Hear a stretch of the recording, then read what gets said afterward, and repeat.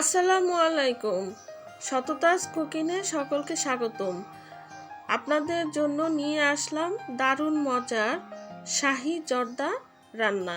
আমি যেভাবে শাহি জর্দা রান্না করি, প্রথমে 1.5 লিটার পানি গরম ফুটিয়ে নিয়ে তার মধ্যে জর্দা রং দিয়ে 1 টেবিল চামচ লবণ আর 2 টেবিল চামচ সয়াবিন তেল বা সাদা তেল দিয়ে ফুটিয়ে নেব। তারপরে 1.5 কাপ পরিমাণ পোলার চাল দিয়ে ভালো করে সিদ্ধ করে নেব। এভাবে 80% যখন সিদ্ধ হয়ে যাবে তখন নামিয়ে একটি স্ট্রেনারে ছেঁকে নেব। তারপর একটি প্যান বসিয়ে 2 টেবিল চামচ ঘি দিয়ে বড় 2 টেবিল চামচ গুঁড়ো দুধ দিয়ে একটু টেলে নেব।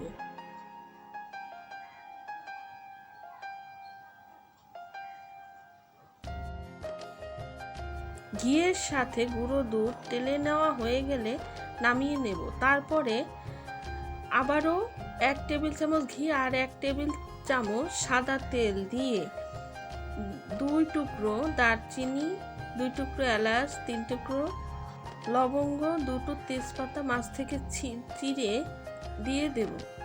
30 সেকেন্ড ভেজে নেব। 30 সেকেন্ড ভাজার পরে 14-15টি কাঠবাদাম বা পেস্তা বাদাম, 2 টেবিল চামচ কিশমিশ দিয়ে একটু তেলে ভেজে নেব। তারপরে 1 কাপ পানি দিয়ে দেব। পানি দিয়ে 1 টেবিল চামচ কেওড়া জল, 1 টেবিল চামচ গোলাপ জল পানির মধ্যে দিয়ে দেব। তারপর যে কাপ দিয়ে 1.5 কাপ পোলার চাল নিয়েছিলাম সেই কাপের 1 কাপ চিনি দিয়ে ভালো করে জাল করে নেব। জাল করা হয়ে গেলে ছেঁকে রাখা পোলার চাল দিয়ে দেব। 80% ফুটানো পোলার চাল দিয়ে দেব।